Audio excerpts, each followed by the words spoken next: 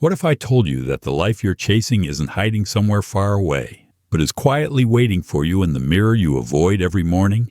What if the problem was never the world, but the way you've been taught to look at yourself? I don't know how you got here. Maybe you feel stuck. Maybe you feel invisible. Maybe you're tired of pretending you're fine when you're breaking in silence. But let me take you back to a moment in my own life, a moment I rarely talk about. I remember standing in front of the bathroom mirror late at night. Everyone else was asleep. The only sound was the faint buzzing of the light above me and my own uneven breathing. I stared at my reflection, but I couldn't recognize the person looking back. The eyes looked tired. The shoulders slouched. There was this strange emptiness behind the face, like a hollow shell of someone I once knew. I whispered to myself, "What happened to you?" And no answer came back, just silence. You know that feeling, right? The quiet collapse inside, when your body is present, but your spirit feels absent. I had been running for years, chasing approval, chasing love, chasing success, believing that if I just achieved more, or looked better, or pleased more people, I'd finally feel complete. But that night in the mirror, it hit me. I had collected so many masks, so many roles, that I had lost the only thing that mattered, me. For a while, I hated that reflection. I wanted to smash the mirror, walk away, start over. But something inside me whispered, "Stay, look closer," and so I did. I started noticing small details. The scars on my skin that reminded me of battles I thought I lost, but somehow survived. The lines on my face that carried stories of laughter and pain. The tired eyes, yes, but eyes that had seen storms and were still open. And slowly, painfully, I realized maybe this broken reflection wasn't my enemy. Maybe it was my teacher. That was the beginning of a shift, not a dramatic one, not the kind of transformation you see in movies where everything changes overnight. It was slower, quieter, like a candle in a dark room. I began with small acts of rebellion, not against the world, but against the lies I told myself. Lies like, "You're not enough." Lies like, "You'll never be loved the way you are." Lies like, "You have to keep performing or you'll be forgotten." Every morning I chose one lie to question, just one. I'd look in the mirror and say, what if that's not true? What if being enough had nothing to do with achievement? What if love didn't require me to shrink? What if worth wasn't measured in likes, or money, or applause? The more I asked, the more cracks appeared in the walls I had built around myself. And through those cracks, something began to grow. Something I had buried a long time ago. My own voice. Let me tell you something no one tells you when you're young. The world is loud, and it will try to drown your voice with noise. Expectations, comparisons, doubts.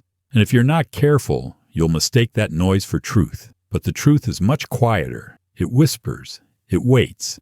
It asks you to pause, to listen, to notice that you already carry what you're searching for. I used to think purpose was something you discover out there, like a treasure chest at the end of some journey. But now I see it's more like a mirror. Purpose doesn't appear when you finally make it. Purpose reveals itself when you dare to stand still long enough to see who you really are. And maybe you're thinking, that sounds nice, but I don't feel strong enough. I'm too broken, too late, too far gone. I thought that too, until I realized broken doesn't mean useless. Broken means human. And sometimes the cracks in you are the very places where the light can enter. Think about it. A seed breaks before it grows. The sky breaks open before it rains.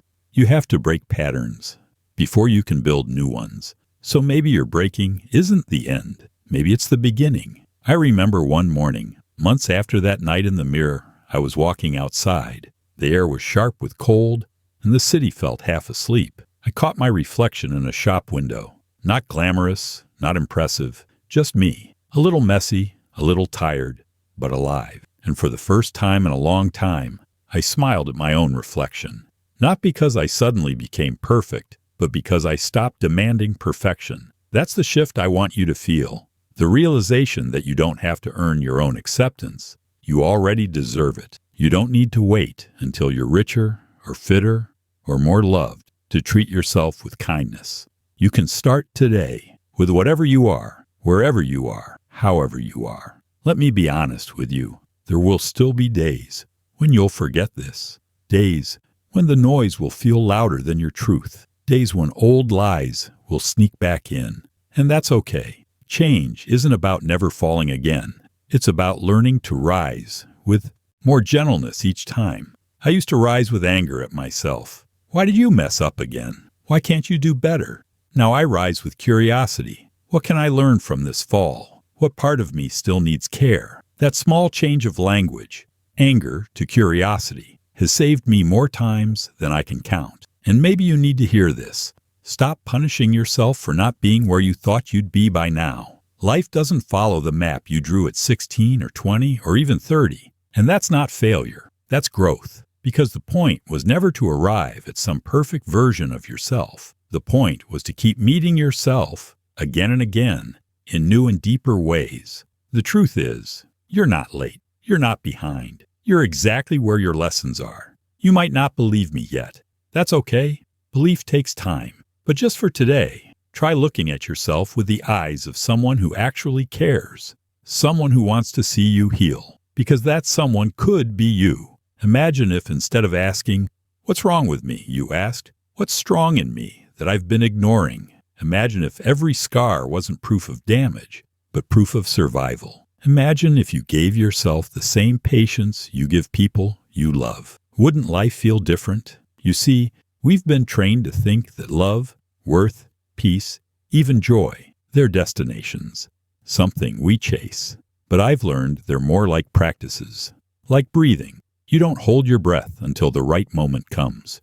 You breathe now, again and again, even when it hurts, even when it's messy. So let this be your reminder. You don't need permission to start living differently. Not from me, not from anyone. You already carry the authority to rewrite the way you see yourself. And maybe that's what these 3 minutes were for. Not to give you something new, but to help you remember what was always yours.